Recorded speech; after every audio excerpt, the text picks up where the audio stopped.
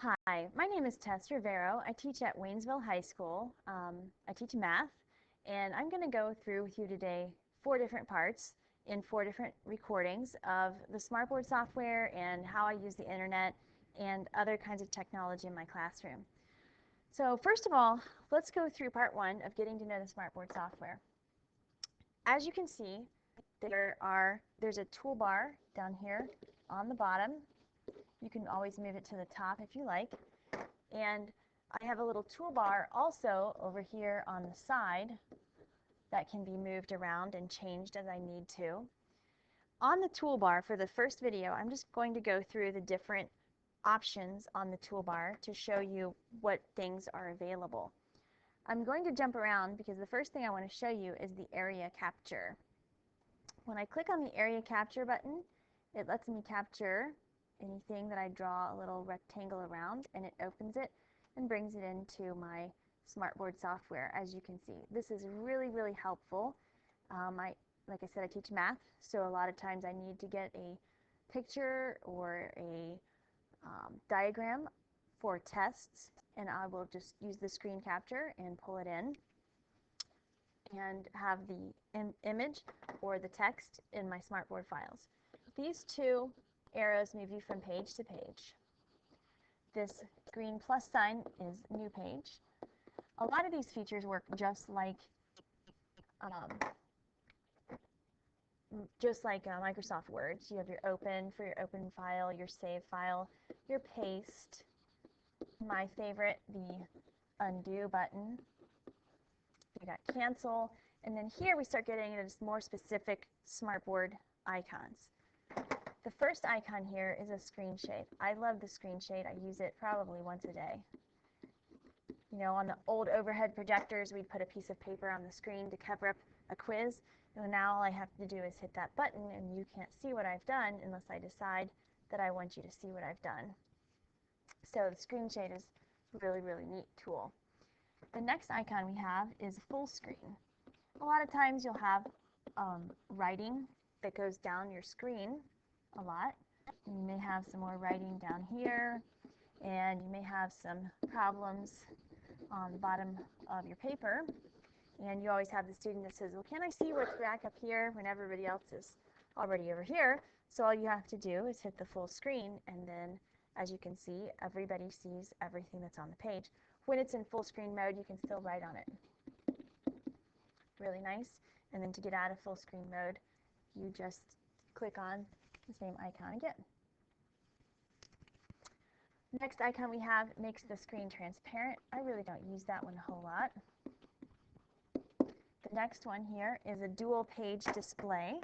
It lets you show 2 pages at once. If there's any information that students need from 2 pages at the same time, you can click on that, and this is what it looks like. You can see 2 different pages at the same time, and you can still write on both pages. Pretty nice little tool. The next thing is the camera. As I showed you that a little bit ago, that is area capture.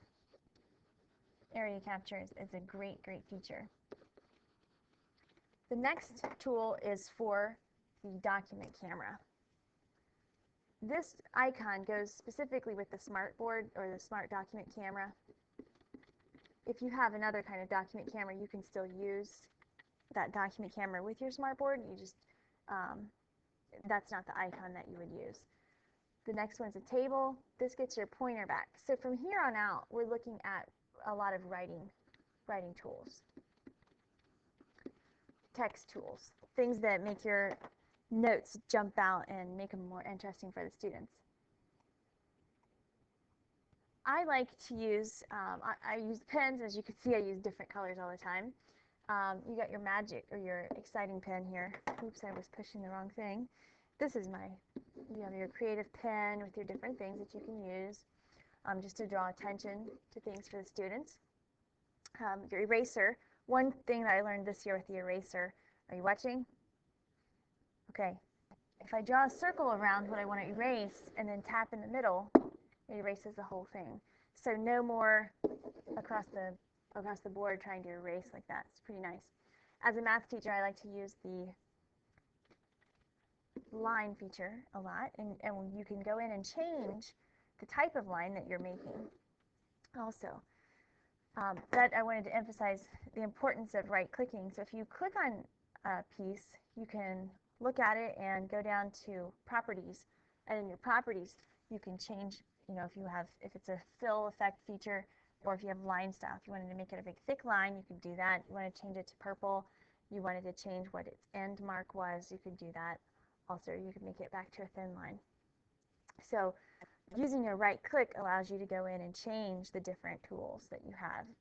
You can also save any changes that you make. As a math teacher, again, I love the shapes option. You have a square, you just click and drag to whatever size you want. Again, once you've made them, you can fill them in. You can use them for, a lot of times I'll use these for screen shades. If I click and make it a solid picture, and now I have a little tiny screen shade where I can use to cover up different things if I don't want my students to see them.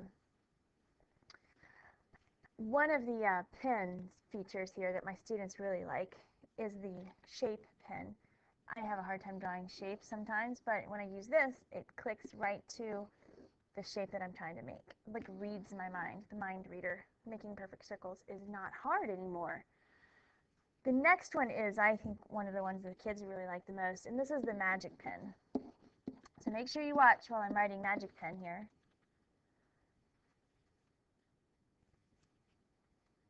Ooh, Magic Pen.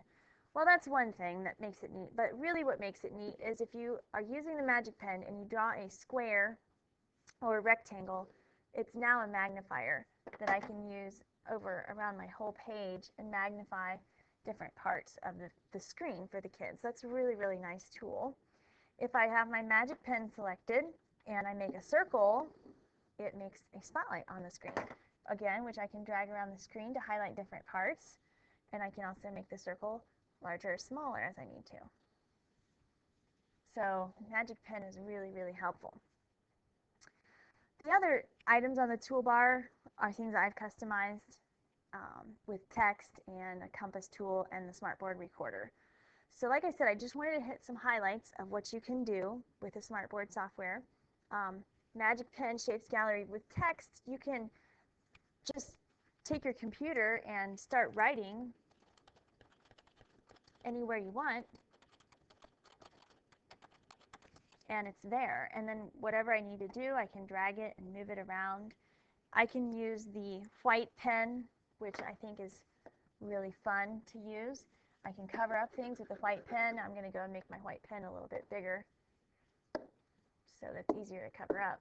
I can kind of use it as an anti-eraser. It goes backwards and it erases what I've done, but then I know that I have notes there, so I can just truly erase over top of it and release and show the text that's there. With the software, you can also import PowerPoints, and you can import sounds. You can link in other websites, outside websites. You can link in outside documents. I mean, this is just a very, very tip of the iceberg type of thing that the Smartboard software does. Also, one of the major things it does is what you're seeing right now.